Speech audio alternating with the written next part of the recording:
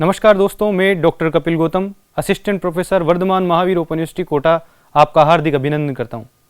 दर्शन क्षेत्र में एक बहुत ही गहन विषय है चतुसूत्री शांकर भाष्य।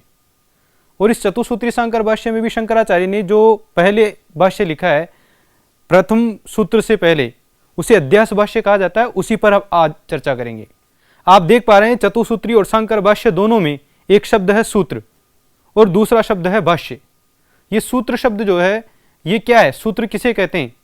देखिए, जो वैदिक साहित्य है उसमें संगीता, ब्राह्मण, आरण्यक और उपनिषद, उसके बाद जो ये सारा जो वाङ्मय है, इसको कम शब्दों में जिस साहित्य में कहा गया वो साहित्य सूत्र साहित्य कहलाता है। सूत्र किसे कहते हैं?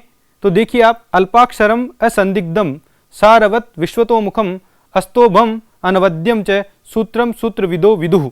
अल्पाक्षरम जो कम शब्दों वाला हो, कम शब्दों में अधिक बात कहे, अथा तो ब्रह्म जिज्ञासा, ये ब्रह्म सूत्र है। इसने कम शब्दों में न केवल ब्रह्म की ही व्याख्याएं की, न केवल उसके अधिकारी विषय प्रयोजन की ही व्याख्याएं की, अपितु इसके अतिरिक्त आत्म तत्व से संबंधित जो अन्य विषय हैं उनकी भी व्याख्याएं की है। अतः कम शब्दों में इसने अधिक कहा। इसी प्रकार वह संदेह रहित होना चाहिए, असंदिग्धम। सारवत, सारवत का मतलब है कि समस्त जो इससे संबंधित पूर्वापर संबंध है उन सबको ये एक साथ लेकर चले। विश्वतोमुखम का मतलब है कि अपने आगे वाली बात और अपनी जो पीछे वाली बात है उसकी भी व्याख्या वो करे, उससे भी वो संबंधित रहे। अस्तोभम अनवद्यम च, दूसरा जिसमें अव्याप्ति, अतिव्याप्ति आदि दोषों से जो रहित हो उसको सूत्रविद व्यक्ति सूत्र कहते हैं। इसी प्रकार भाष्य किसे कहते हैं? सूत्रार्थो वर्ण्यते यत्र पदेहि सूत्रानुसारी भी, सूत्रानुसारी भी पदेहि यत्र सूत्रार्थो वर्ण्यते। सूत्र के अनुसार जो पद हैं उनके आधार पर जहां पर वर्णन किया जाता है तथा जहां पर भाष्य में स्वयं के पदों का वर्णन किया जाता है उसे भाष्य कहते हैं। उदाहरण के लिए अथा तो ब्रह्म जिज्ञासा, ये ब्रह्म सूत्र है। इस पर शांकर भाष्य है। अथ किसे कहते हैं? उस अथ की व्याख्या क्या? साधन संपत्त्यानंतरम उपदिश्यते। तो ये इस प्रकार उन पदों की व्याख्या है, इसलिए इसको भाष्य कहा जाता है। अब हम ब्रह्म सूत्र पर आते हैं। तो ब्रह्म सूत्र के कई नाम उल्लिखित हैं। वेदांत सूत्र है, उत्तर मीमांसा सूत्र है, भिक्षु सूत्र है, शारीरक सूत्र है और ब्रह्म सूत्र इसका सर्वाधिक प्रचलित नाम है। वेदांत सूत्र इसलिए कहते हैं, वेदांत किसको कहते हैं? उपनिषदों को। क्यों? क्योंकि वो वेद के अंतिम भाग हैं। संगीता, ब्राह्मण, आरण्यक और अंतिम क्या हुआ? उपनिषद। इसलिए उपनिषदों को वेदांत कहते हैं और उपनिषद वाक्यों का यहाँ पर वर्णन किया गया है। इसलिए देखो, वेदांत वाक्य कुसुम ग्रथनार्थत्वात् ही सूत्राणाम वेदांत वाक्यानि ही सूत्रैरुदाहृत्य अत्र विचार्यन्ते। इसलिए वेद वाक्यों का ही यहाँ वर्णन किया गया, इसलिए इसे वेदांत सूत्र कहते हैं। उत्तर मीमांसा सूत्र इसलिए कहते हैं क्योंकि वेद के दो भाग हैं, ज्ञानकांड और कर्मकांड। जो उत्तर भाग जो है ज्ञानकांड, उसकी व्याख्या इन सूत्रों में की गई, इसलिए इसे उत्तर मीमांसा सूत्र कहते हैं। इसी प्रकार इनको भिक्षु सूत्र क्यों कहते हैं? क्योंकि भिक्षुत्व संपादकम सूत्रम भिक्षु सूत्रम, ये वेदांत सूत्र जो है, ब्रह्म सूत्र जो है, ये सन्यासियों के लिए प्रोक्त हैं, संन्यास के लिए प्रोक्त हैं, इसलिए इनको भिक्षु सूत्र कहते हैं। तीसरा है शारीरक सूत्र। इनको शारीरक क्यों कहते हैं? देखिए आप, शरीरम एवं शरीरकम कुत्सितत्वात्, शरीर निंदनीय है इसलिए इसको शरीरक कहते हैं, शरीर को ही। और उसी को ब्रह्म किस प्रकार प्राप्त हो, उसी का ब्रह्मत्व विचार किसमें किया गया है, ऐसे भाष्य को शारीरक भाष्य कहते हैं और इस तद्विदक सूत्रों को शारीरक सूत्र कहा गया है।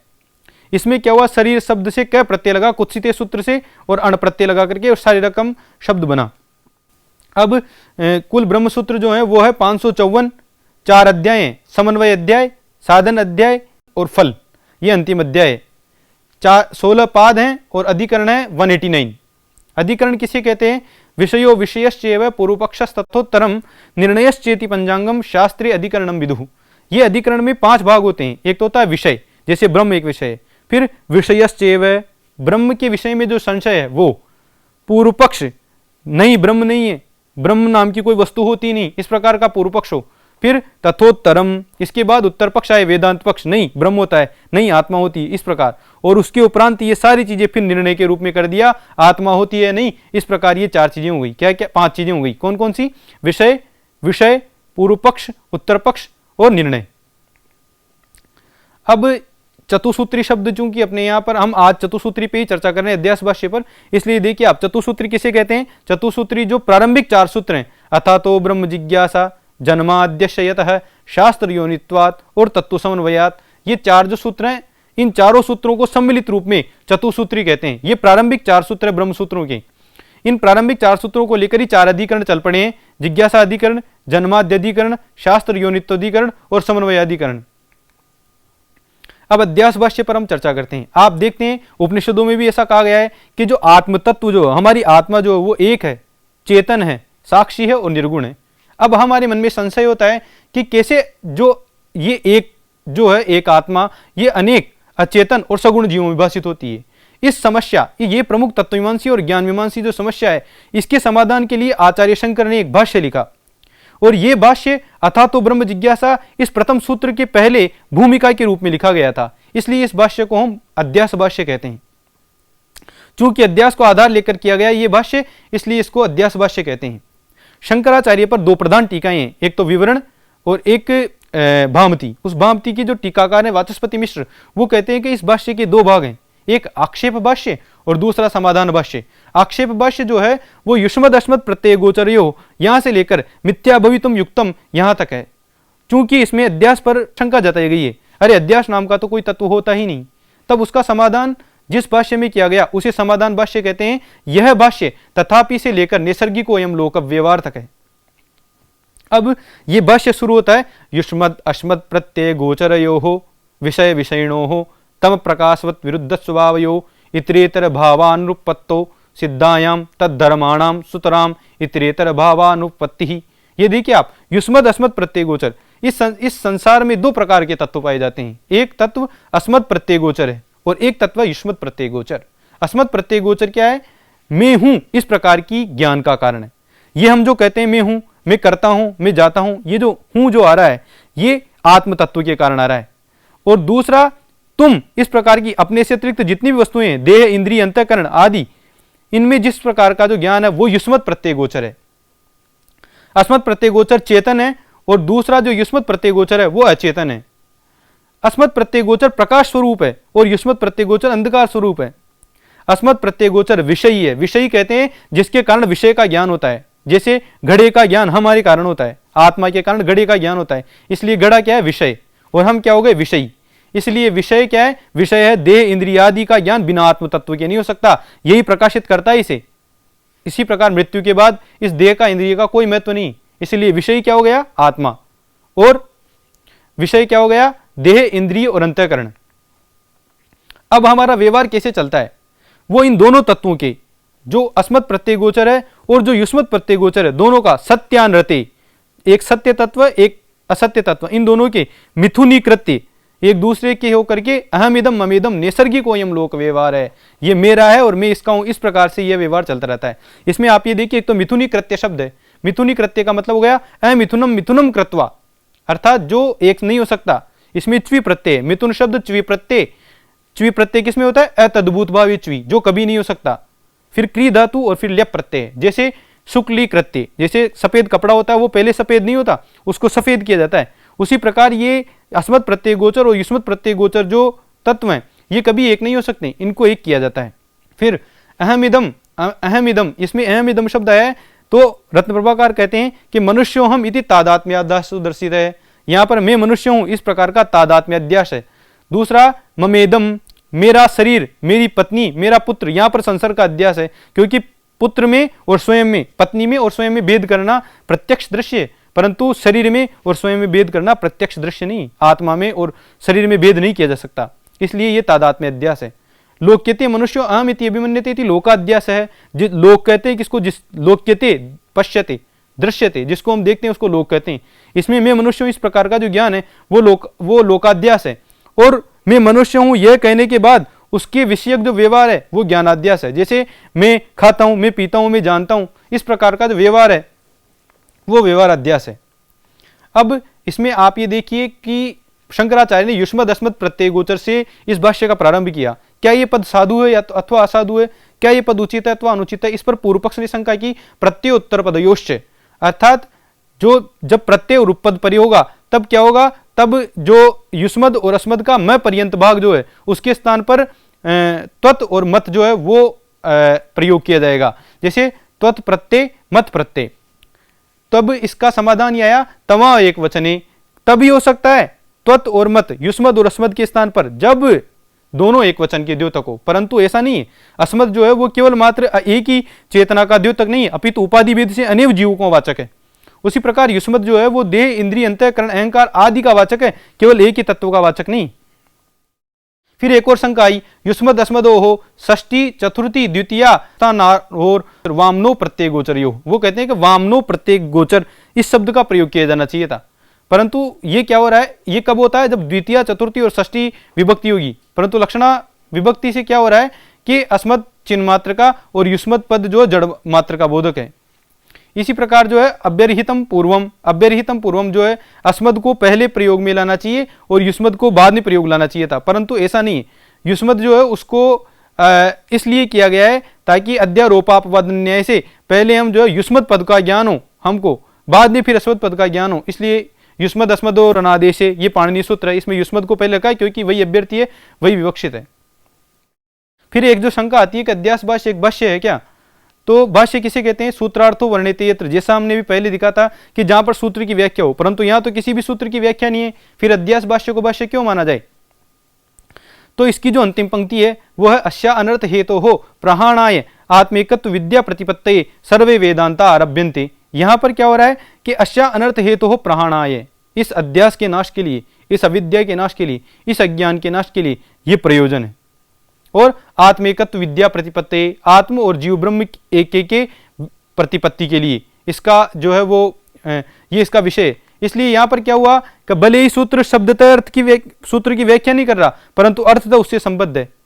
ये देखिए रत्नप्रभाकार ने क्या कहा, सूत्रार्थो स्पर्शी तत्वात् अध्यास ग्रंथो न भाष्यमिति निरस्तम आर्थिकार्थ स्पर्शी तत्वात्, अर्थात वो उससे अर्थ से संबद्ध है, भले से उससे संबद्ध हो नहीं। अधिकारी और विषय की आवश्यकता है, इस प्रथम अधिकारी और विषय की आवश्यकता है प्रथम सूत्र को उसका जो है उसका वर्णन विषय और प्रयोजन दोनों देकर के इस अध्यास भाष्य ने कर लिया, इसलिए अध्यास भाष्य इसका एक भाष्य है। इसी के साथ अध्यास भाष्य में क्या मंगलाचरण किया गया है, क्योंकि जो भी शिष्टाचारी व्याख्याकार हैं वो पहले मंगलाचरण किया करते हैं, पर क्या किया गया है क्या, क्योंकि इसका प्रारंभ युष्मद अस्मद प्रत्यय गोचरियों से, इसका समाधान विवरणकार ने दिया। विवरणकार ने क्या कहा, शिष्टाचार परिपालनाएं सर्व विघ्नोपशांतये च विशिष्ट देव तत्वानुस्मरणम लक्षणम मंगलाचरणम कृतम इत्याह। अर्थात अस्मद जो शब्द है वो आत्म तत्व का वाचक है, और उस आत्म तत्व विषयक जो वो है उसकी जो मंगलाचरण है वो यहाँ किया गया है। आप देखिए अध्यास के लक्षण में पंचख्याति को यहाँ पर विशेष रूप से उल्लेखित किया है। वो 5 ख्यातियां कौन कौन सी है, आत्मख्याति, रसत ख्याति, अख्याति ख्याति, अन्यथा तथा निर्वचनीय ख्याति, रेतत ख्याति पंचमम। आत्मख्याति और अन्यथा ख्याति, इन दोनों का पहले क्या किया, ये देखिए आप, अन्यथा ख्याति और आत्मख्याति किसे कहते हैं, तम केचित अन्यत्र अन्य धर्माध्यास है। आत्मख्याति वाली क्या करते हैं कि बुद्धि जो है, विज्ञान जो है वही रजत के रूप में भाषित होती है, और अन्यथा ख्यातिवादी क्या कहते हैं, अन्यत्र स्थित अर्थात देशांतर्गत और कालांतर्गत रजत ही सुक्ति के रूप में भाषित होती है। और अख्यातिवादी क्या कहते हैं, केचित्तु यत्र यदध्यासस्तद्विवेकाग्रह निबंधनो ब्रह्म इति, अर्थात सीप में जो चांदी का तथा उसके विवेक ज्ञान का, क्योंकि हम जब सीप को देखकर चांदी का भ्रम करते हैं तब क्या होता है, तब हमको 2 प्रकार का ज्ञान होता है, एक तो अनुभव का जो सुक्ति का हो रहा है और चांदी की स्मृति हो रही है। तो ये अनुभव और स्मृति तथा चांदी और सीप दोनों के मध्य भेद को ग्रहण नहीं कर पाने के कारण जो भ्रम होता है उसको अख्यातिवाद कहते हैं। इसी प्रकार असत्ख्याति जो शून्यवादियों का सिद्धांत है वो कहते हैं केचित्तु तस्यैव विपरीत धर्मत्व कल्पना आचक्षते, अर्थात सत सुक्ति का सत चांदी के रूप में भ्रम ये तो सभी में उल्लेखित है, और शून्यवादी कहते हैं कि नहीं, असत चांदी का असत सुक्ति के रूप में भ्रम हो रहा है, इसलिए इसे असत्ख्यातिवाद कहते हैं। अद्वैत वेदांत ने जो अध्यास का लक्षण दिया अध्यास भाष्य में, वो दिया क्या, स्मृति रूप है परत्र पूर्व दृष्टावभास है। स्मृति रूप अर्थात जब हम रस्सी को देख करके सर्प का भ्रम करते हैं तो यहाँ पर इसको इस रूप में व्याख्यायित किया गया है, स्मृति रूप है। स्मृति रूप किसे कहते हैं, स्मृति रूपम इव रूपम यश, और स्मृति रूप किसे कहते हैं, असन्निहित विषयत्वम स्मृति रूपत्वम, है ना। तो स्मृति के समान रूप हो, इसको यहाँ पर स्मृति किसे कहते हैं, जब हमको किसी भी चीज की स्मृति आती है तो वो वस्तु हमारे पास नहीं आती। जैसे जो ही हमने सर्प को देखकर जो ही हमने रस्सी को देखकर सर्प का भ्रम किया तो सर्प वहां नहीं आया, बस हमको अज्ञान के कारण ऐसा हो रहा है। जबकि प्रत्यभिज्ञान में क्या होता है, प्रत्यभिज्ञान में जैसे देवदत्त नाम के किसी व्यक्ति को आपने आगरा में देखा था और उसी को आपने यदि कोटा में देख लिया तो वो देवदत्त नाम का व्यक्ति समक्ष है, पर स्मृति में ऐसा नहीं होता। उसी के वारणार्थ इस शब्द का प्रयोग किया गया है। परत्र अयोग्याधिकरणे सर्प का अयोग्याधिकरण जो है, सर्प ये रस्सी नहीं है, इसलिए यहां पर परत्र शब्द का प्रयोग किया गया है। पूर्वदृष्ट जो पहले देखा गया है, जो पहले देखा गया है उसी के वही है। जैसे आप जो ही सर्प को देखकर, जो ही रस्सी को देखकर सर्प की आकांक्षा एक भ्रम करते हैं, तो उसमें क्या होता है, उसमें जो है वो असली में ही तुमको कभी पसीना आ जाता है, कई बार आप उससे भयभीत हो जाते हो। तो ऐसा क्यों होता है? ऐसा इसलिए हो रहा है क्योंकि वो भी आपको उसकी सत्ता का एहसास करा रहा है, जबकि असत ख्याति में ऐसा नहीं, इसलिए उसके वारणार्थ ऐसा किया गया है। अवभास में क्या है? अवमतो अवसन्नो व भास है। जो ही आप रस्सी को पकड़ लेते हैं तो आपको ये पता लग जाता है कि रज्जुरियम नायम सर्प है, ये रस्सी है, सांप नहीं है। ऐसा ये बाधित ज्ञान है। इसलिए ये जो व्याख्या इन्होंने की शंकराचार्य ने, ये बड़ी सुंदर व्याख्या है। और चूंकि यहां पर क्या हो रहा है कि ये इस सिद्धांत को अनिर्वचनीय ख्याति कहते हैं। क्यों? क्योंकि रस्सी को देखकर सर्प का जो भ्रम हो रहा है वो अत्यंत असत नहीं हो सकता, क्योंकि उसको देखकर कई बार आपकी हृदय गति रुक सकती है, आपको पसीने आ रहे हैं। ये सारी चीजें क्यों हो रही है? क्योंकि वो अपनी सत्ता का एहसास करा रही है। हम इसको सत्य इसलिए नहीं कह सकते हैं क्योंकि जो ही आपने रस्सी को पकड़ा तो आपको ज्ञान हो गया इस चीज का कि ये रस्सी है, ये सर्प नहीं है, अतः यह सत्य भी नहीं है। इसलिए सत्य और असत से अनिर्वचनीय विलक्षण, यह अनिर्वचनीय ख्याति है। फिर इसमें कई प्रकार की जो चीजें अध्यास के परिणाम हैं, तो वो जो हमारा समस्त व्यवहार है, ज्ञान प्रक्रिया है, कर्मशास्त्रीय व्यवहार है, मोक्ष शास्त्रीय व्यवहार है, ये समस्त व्यवहार जो है वो जो है अध्यास के आधार पर ही होते हैं। जो हमारा समस्त ज्ञान व्यवहार, क्योंकि जो ही आत्मा में जो ही अहंकार प्रवेश करता है तो वह ज्ञाता, कर्ता और भोक्ता बन जाता है। वह ये देखो, देहेंद्रियादिषु अहम मम अविनाश प्रमातृत्वानुपत्तो प्रमाण प्रवृत्त्यनुपत्ति। प्रमाता ही उत्पन्न नहीं होगा तो प्रमाण नहीं होगा। और प्रमाता कब बनता है? जो ही आत्मा से अहंकार का संयोग हुआ तो फिर वो क्या करता है? वो प्रमाता बन जाता है। शंकराचार्य ने कहा पशुआदिभिश्चा विशेषात, अर्थात पशु भी ऐसा ही होता है। पशु को क्या है? जो ही आप डंडा दिखाओगे तो वो चला जाएगा, जो ही आप उसे घास दिखाओगे तो वो आपके पास आ जाएगा। तो अनुकूल और प्रतिकूल जो है, अनुकूल और प्रतिकूल जो चीजें उसको पशु भी समझता है। उसी प्रकार एक मनुष्य है, यदि उसको क्रूर शक्तिशाली आदमी यदि तलवार लेकर खड़ा है तो वो वहां से चला जाएगा। वही यदि स्वर्ण आदि देने को तैयार है तो उससे चला जाएगा। इसलिए दोनों का व्यवहार साम्य है और दोनों के व्यवहार का कारण क्या है? अध्यास। इसी प्रकार कर्मशास्त्रीय व्यवहार जो है उसमें भी क्या होता है? उसमें भी ये देखो, शास्त्रीय तो व्यवहार है यद्यपि बुद्धिपूर्वकारी नाविदितात्मन है पर लोक संबंधम अधिक्रियते। कर्मशास्त्रीय व्यवहार में भी क्या होता है? यहां पर भी अध्यास के कारण होता है, यह भी अविद्या के कारण होता है। यहां पर देखिए आप, ये वर्णाध्यास, आश्रमाध्यास, वयोध्यास और अवस्थाध्यास इत्यादि ये सारी जो चीजें, ये सारी इसी के कारण हो रही है। इसी प्रकार जो मोक्ष शास्त्रीय व्यवहार है वो भी जो है वो भी अध्यास के कारण होता है। परंतु जो दोनों में क्या अंतर है? जब समस्त ज्ञान ही अध्यास के कारण हो रहा है तब कर्मशास्त्र और वेदांत शास्त्र में क्या अंतर है? कर्मशास्त्र और वेदांत शास्त्र में अंतर यह है कि अविद्या विषयत्व तो दोनों में ही समान है, दोनों अविद्या विषयक शास्त्र हैं। परंतु अविद्यमान पुरुष को अपने पवित्र उपदेशों के द्वारा अपने मूल रूप में शुद्ध बुद्ध मुक्त स्वभाव में स्थापित कर देना ही वेदांत का प्रयोजन है। ये कहा, ते तु अविद्यावंतम अनुशासनतो निर्मृष्ट निखिल अविद्यमनुष्टम स्वरूपे व्यवस्थापयन्ति इति एतावान ऐशाम विशेष है। यही अंतर है वेदांत और कर्मशास्त्र में। इस प्रकार अध्यास भाष्य पूर्ण हुआ। धन्यवाद।